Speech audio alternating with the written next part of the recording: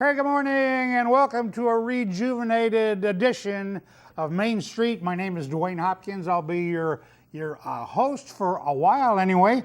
We're coming to you live from the campus of Muscatine Community College in the local Access Channel 9 studios.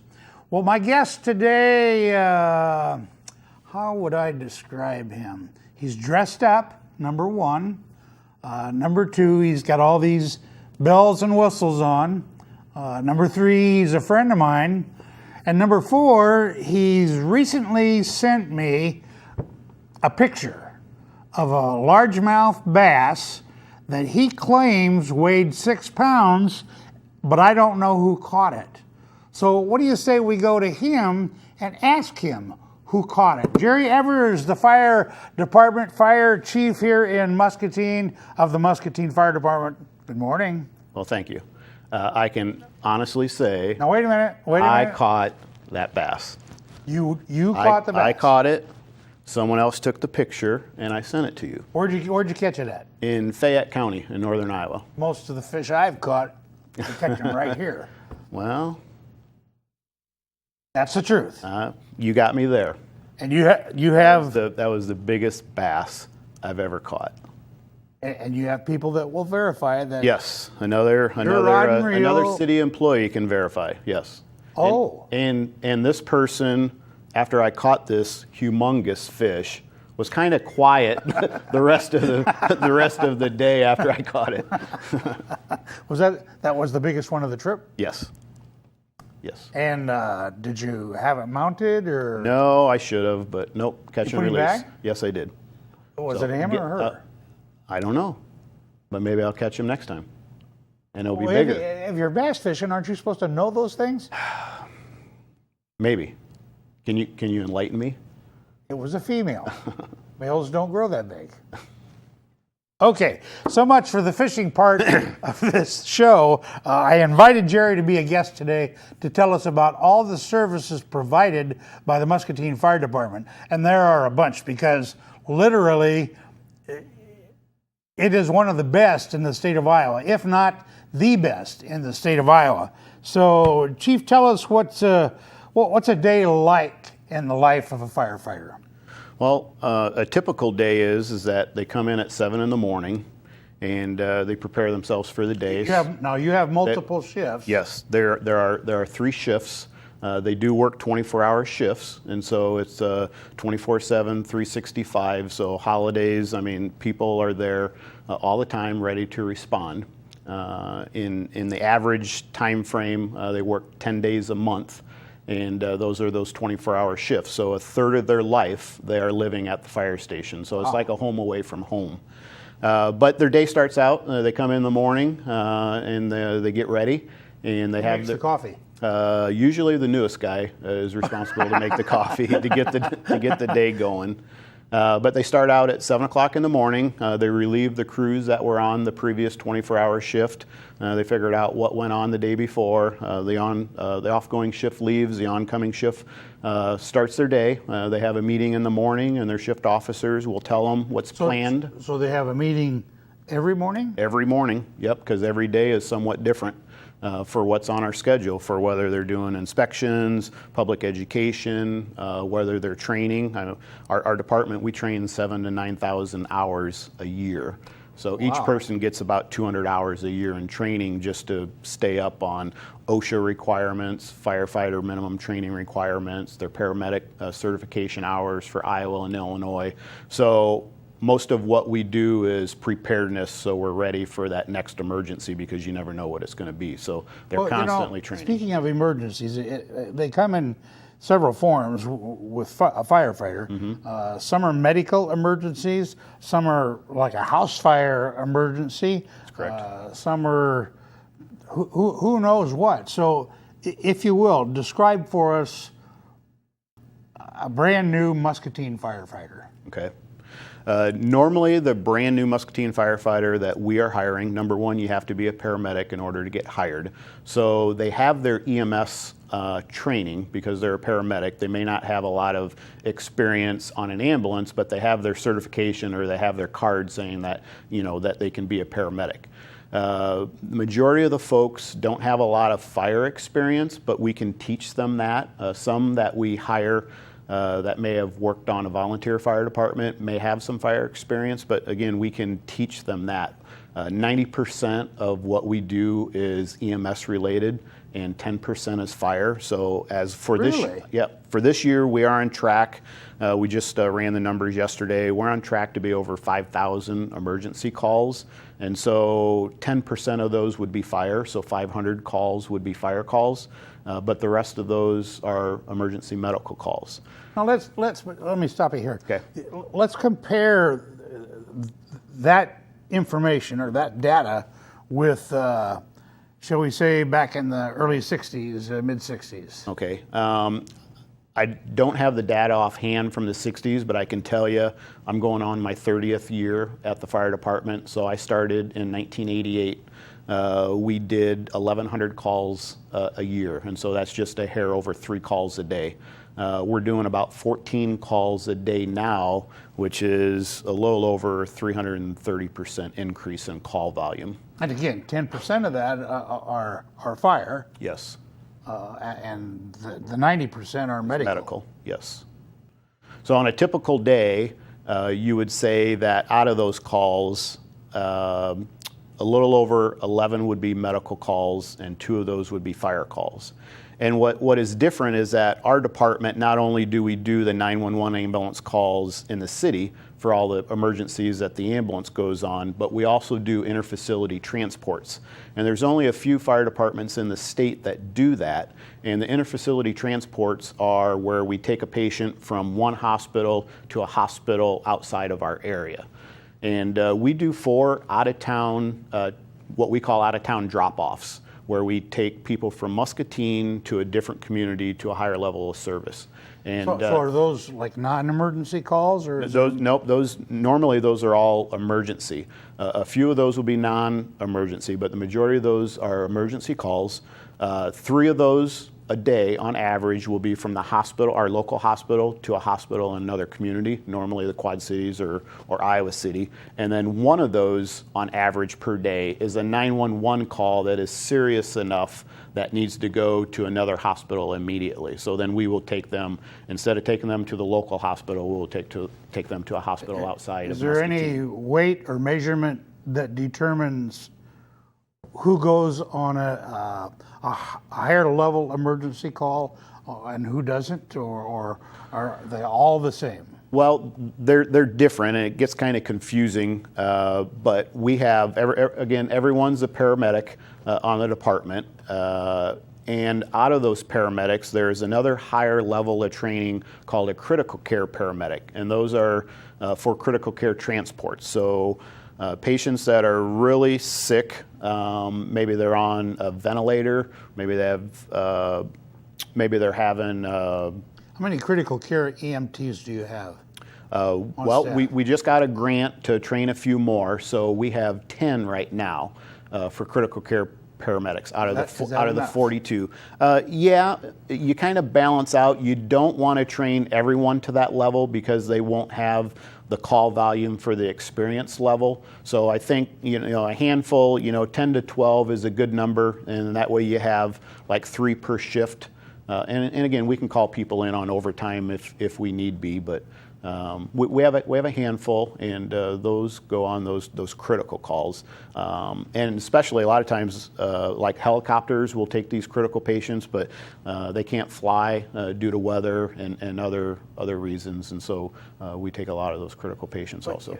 That brings up an interesting point. So you have helicopter service, but from not the Muscatine Fire Department. Well, I understand that they come to get the patient. Do you have any idea where those helicopters are dispatched from? Yes. University of Iowa is normally dispatched out of Iowa City. They can come out of Cedar Rapids or Waterloo, but University of Iowa normally comes from the Iowa City area. And then MedForce has a helicopter base in the Quad Cities, and they also have one down in Burlington. So depending who's available or who's nearest, we work with the dispatch center in requesting the appropriate closest helicopter. Is there any discussion ongoing about perhaps helicopter service originating in Muscatine? Probably not, mostly because of the expense associated with having a helicopter and the call volume, in order for your revenue and expenses to kind of balance out. So, but they are situated throughout Iowa and the United States, so they have coverage for us. What of the ambulance calls? What percent do you think are critical? Well, we are probably right at about 70% advanced life support and about 30% basic life support. You're kidding me. Yeah.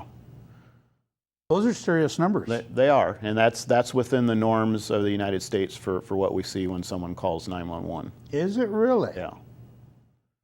So, okay, and how many ambulances do you have? We have 5 ambulances.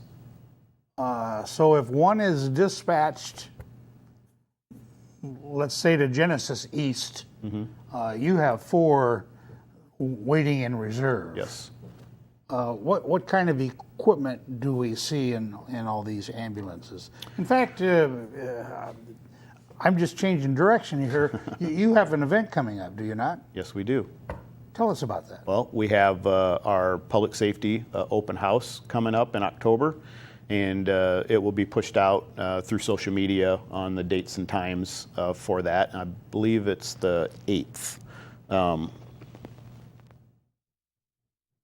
September 8th?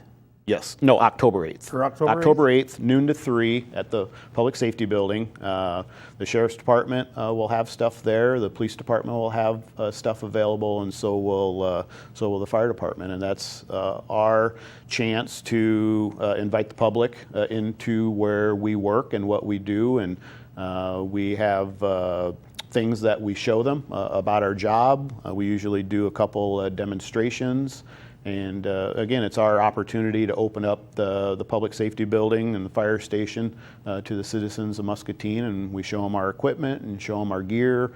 We talk to them, we teach them about fire safety, and I think what's new this year is that we are going to be pushing out or rolling out a new campaign on hands-only CPR or compression-only CPR. So that will be a station that we will be doing at the open house, which is we want to get as many people trained as possible in CPR. And some people are afraid to take a CPR course, but we know that if we can just teach them and tell them to actually just do compressions only, and we know that that's going to make a difference in the outcome and survival rates. So we are going to be pushing that out at our open house. So there's your folks, your opportunity, folks, to see what's inside of all 5 of those ambulances. Of course, they're not all going to be on display there at the firehouse, but I'm sure that 1 or 2 will be, while the other 3 are possibly working or whatever. But again, that gives you an opportunity to see what's inside and what may save your life one of these days. Chief, let's talk about the 10% now. Okay. 10% of the calls are 911 fire calls. Yes. That's a drastic reduction, I'm going to say, from the 50s and 60s. That is.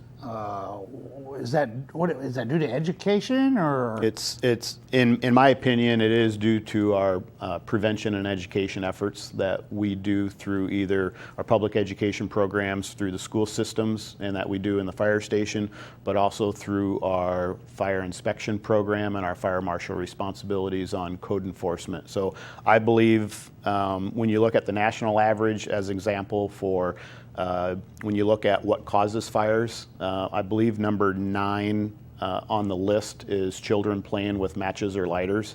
And in our top 10 or even top 20 fire causes in Muscatine, we haven't had children starting fires in our list in our local area, and I can say that that's attributed to us having a long-standing public education program, teaching kids at an early age, preschool, kindergarten, first grade, third grade, fifth grade, and we've been doing this for over 30 years. So I think that the education effort, that we're not seeing that because we're doing our jobs educating and preventing those fires in the first place. So I think that's a prime example. We don't see the numbers that they're seeing nationally because we are doing our part in educating kids at a young age. So to do that education, you have to go out to the schools. You have to reach out to the Muscatine Community School District. Yes. And you mentioned the grades. Do you do that?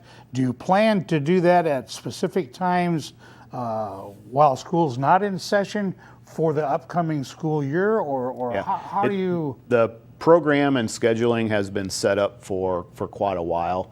We hit the school systems. We send a letter out every year, but we try to get everything scheduled in the school systems in April and May, towards the end, prior to them ending their year. We also do it during Fire Prevention Week in October, and that's when we have them come to the fire station. So we do a combination of preschool, kindergarten, first, third, and fifth. We do some of it in the school systems in April and May, and then we do the rest of it at the fire station, where the younger kids, they get a Freddy the fire truck demonstration. We give them the station tour and do some pub ed there at the station. So a combination of the school system and the fire station.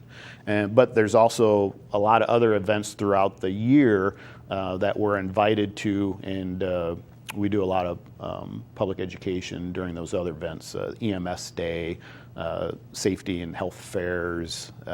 We have been doing elderly risk reduction, some of it through the fire department, some of it in combination or coordination with senior resources on slip, trip, and fall prevention for the elderly.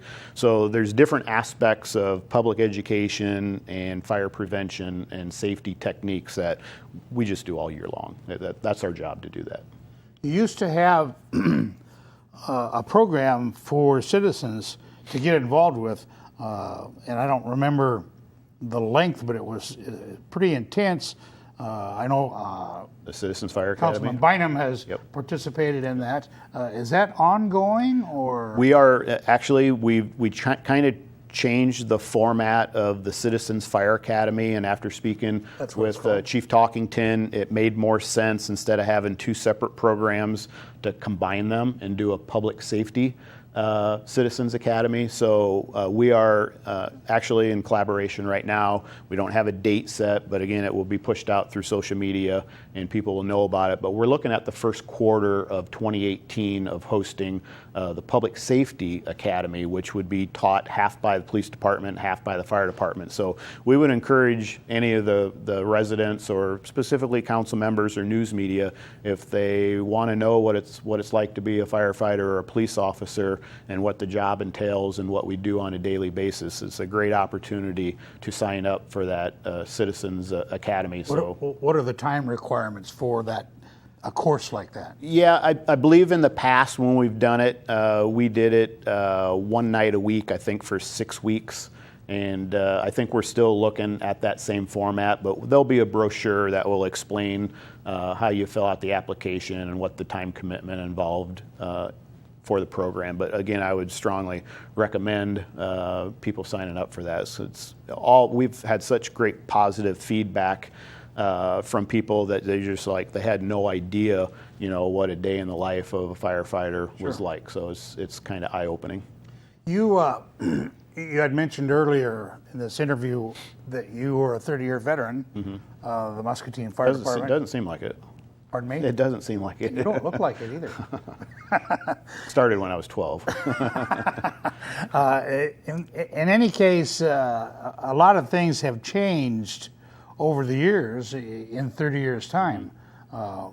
Starting way back, your first year on the job, to today, what are some of the significant changes that you can recall? Oh, there's a handful. We just sitting at the kitchen table, drinking coffee, talking about the changes the other day with some of the newer firefighters. And I can tell you personally, as an example, technology has changed.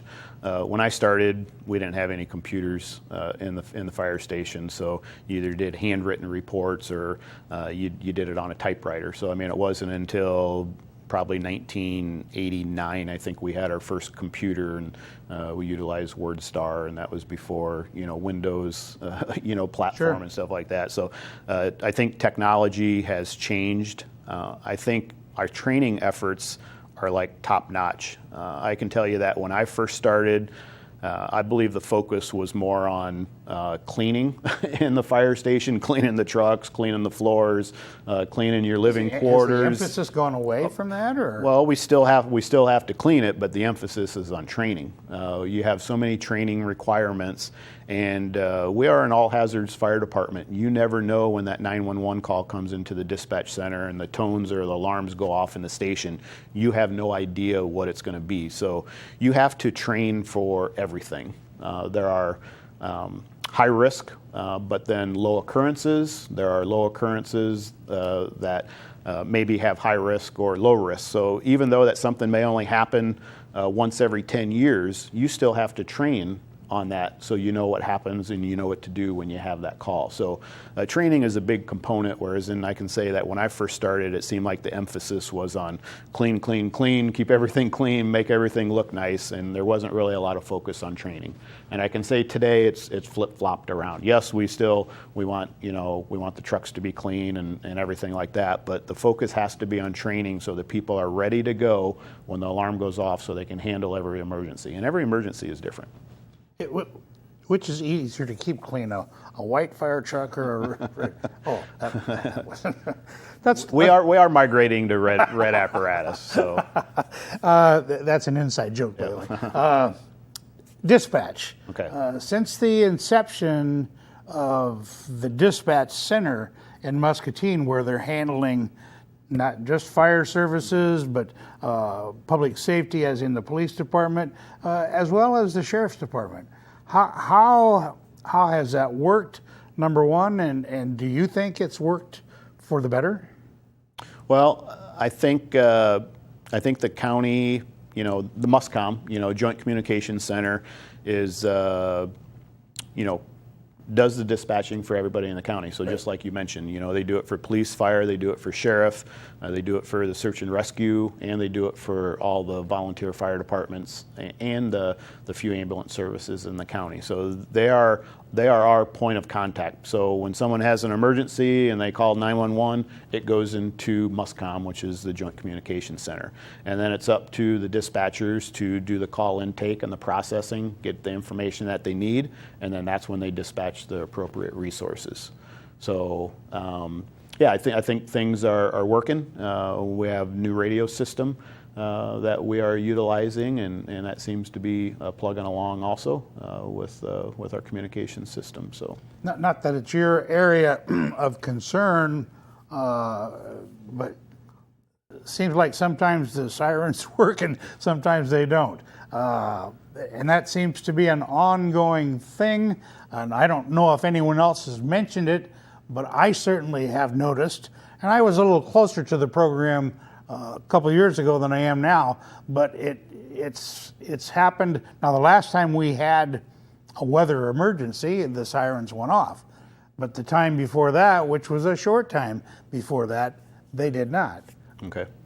I can speak on that a little bit. Again, I used to oversee the maintenance of the sirens years ago, but actually the outdoor warning sirens all falls under the emergency management coordinator, Mr. Matt Shook. But I can speak on his behalf, or at least maybe try to defend him on the sirens. Part of it is an educational piece, is that we have to remember that these sirens are outdoor warning sirens. So they're not designed to be heard inside the house, even though that majority of the people can hear them inside the house. But remember that they are outdoor warning sirens. And they're not just for tornadoes. So They are actually activated for high straight line winds, and I believe it's the 60 or 70 mile an hour time frame or whatever, but all that information is on the website. So the idea is that we want to educate the people that when they hear the sirens, is that they need to, number one, seek shelter, and then they need to look at an alternate means of notification. So most everyone has smartphones, and they get weather alerts on there. You can have a weather alert radio, or you can turn on the TV to see what's coming across the screen. So they are designed to warn people, but sometimes they do malfunction because it is a piece of equipment. And when we get reports from citizens that say, oh, well, I heard a siren in the distance, but I didn't hear the one that I normally hear next to my house, then it's a maintenance issue. And then they call a contractor and they order the parts and they repair it. So I think it's up to the citizens to make sure that they use multiple means of trying to make sure that they're prepared and educated and that they know what weather is coming and to seek shelter. What's the length of time that when the sirens do go off, how long are they on? I'm not sure. They're like 2 minutes, or I'm not sure, but it's specified on the website. It has like a PDF instruction sheet okay, of your how assignment, they activate. Yes. if you choose to accept it. No, I'm just kidding. I would like to know though. Well, then invite Mr. Matt Shook I may do that. to your program, and he can tell you all about Muscom, and he can tell you all about the outdoor warning sirens. Because this is Main Street. Yeah. That's the name of the show. So, again, Chief, you got some events coming up. The first one is October 8th, did you say? Yes. And that's your open house. Yes. With the Muscatine Police Department, as well as the Sheriff's Department and so forth. Anything else flapping in the breeze? Yes. We have the Day of Caring, which is going to be September 20th. And that is... Saw that on here. Yep. That is smoke detector outreach program that we've been doing with United Way and the Salvation Army for the past couple years. And again, the fire department, we have had a smoke detector program, again, going back 20 plus years. But Lieutenant Joe Timpson oversees the program for us, and they'll be working with local volunteers to install smoke detectors. We've tried to target some of our high-risk areas, or where we've had fires, or where we've had fires where people haven't had smoke detectors. So we have, over the last several years, we have targeted Ripley's to make sure that everyone had smoke detectors out there when they decided to do their voluntary annexation into the city limits, which falls under our protection. Just to clarify something, folks, that's not to say that Ripley's is an area of extreme concern. Some people out there may have smoke detectors and believe wholeheartedly in them. The chief is just making a blanket statement. No, it was that they had fire protection by Wilton, and so they weren't part of our public education campaign and everything like that. So once they did their voluntary annexation, we wanted to target that area since they're new into the city limits under our fire protection. So we targeted that area. We've also targeted an area down in the South End area, and then actually this year we will be targeting the residents kind of off Ford Avenue in the Jody and Jeff and Jill area. So, kind of concern. I wasn't going to bring it up, but I like putting you on the spot. Okay. Fire station number 3. Okay. In the works, thinking about it, or not even an issue right now? It is in the works. Mainly for the fact is that it's been in the capital improvement plan, the CIP for the city, prior to me starting. So over 30 years, we've been talking and discussing about an East Hill station. It is needed, but again, that's going to be a budgetary and a council decision on when that occurs. Again, I've submitted it. It's in our capital improvement plan. What we need to do is initially find a location, and we've been working with the Magic GIS, and we've basically exported all of our fire data and put it onto a map. We know our overlay, where our response times are, where our call volume is, and if we had a East Hill Fire Station here, we had an East Hill Fire Station here, how we would get better coverage throughout the entire community to lower our response times. And the reason that we are pushing for an East Hill Fire Station is because response time is critical for fires, and response time is critical for medical emergencies. So for fire doubles in size every minute. So the quicker that we can respond and get there and get our people and our equipment and get water on the fire, the sooner we can get it under control.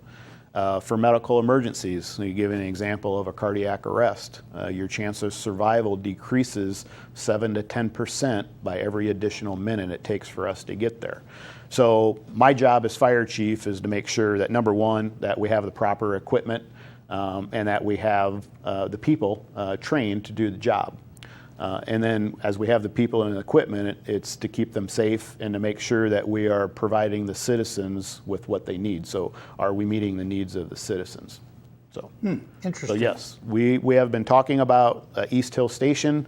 We will continue to talk about an East Hill Station. It is in our capital improvement plan in the city, and I'm sure it will get brought up during budgetary discussions this November when we start the budgetary process, and when we sit with council, usually around January, February timeframe. So station number 2, that's been constructed. Yes. And in use for about 4 years now? Approximately, yes. Four and a half years. Is that working out okay? Or yes, still some wrinkles to iron out? No, it's working out. It's a nice station. It's actually full. What exactly does that mean? It's a nice station. I mean, it is a nice station. It was not overly designed. It meets the needs of what we have right now, and actually we've filled up the apparatus bays with our equipment. And the conversation that we had earlier when we haven't talked about, but we are going to be getting a new aerial ladder. The conversation has been, what are our options for our old aerial ladder? You're going to go in front of the council again and ask for more money? No, we've already done that. It was already the aerial was already in last year's budget. We discussed it. It was already approved. Already went to city council in July, and so the aerial is actually ordered, and we will probably get the aerial in about 12 to 14 months will be the delivery time. That's how long it takes for them and that to will be build located. The new aerial will be at the Public Safety Building at 5th and Cedar. Okay. Yeah. Well, that's great. And again, you got events coming up. Anything you want to say before we say goodbye? No, I just want to say, encourage everybody to be safe and think fire prevention and safety. Make sure that you have that working smoke detector in your house, and that you're checking it monthly, and that for those of you that don't know how old your smoke detector is, make sure that you check the date. That's a good sign right there if you don't know. Yeah, that they need to be changed every 10 years. That's the lifespan of a smoke detector, is 10 years. But I also want to say that we have a talented bunch of men and women at the fire department that are actually going out on the calls every day. It's not the fire chief that's going out on all these emergency calls and taking care of the sick and injured, and doing this in the middle of the night or on holidays when everyone else is at home. So again, we have a talented bunch of firefighters and paramedics here in Muscatine that the citizens should be proud of. Fantastic. Yep. Jerry Ewers, okay. Great to have you Thank on the you. show, buddy. Coming up in 2 weeks. By the way, this show will air every 2 weeks. So we're on the air today. And in 2 weeks, what is that? February. September 13th, I think. I believe so. My guest will be Jody Hansen, who is I guess I could still call her new Convention and Visitors Bureau director here in Muscatine. She sort of splits that responsibility with the city in City Hall, and she still works for the chamber in the chamber building, Greater Muscatine Chamber of Commerce and Industry. So tune in 2 weeks for Jody Hansen and what she has to tell us about what's going on in Muscatine. And once again, thanks to Chief Evers here from the Muscatine Fire Department, and we'll see you in 2 weeks.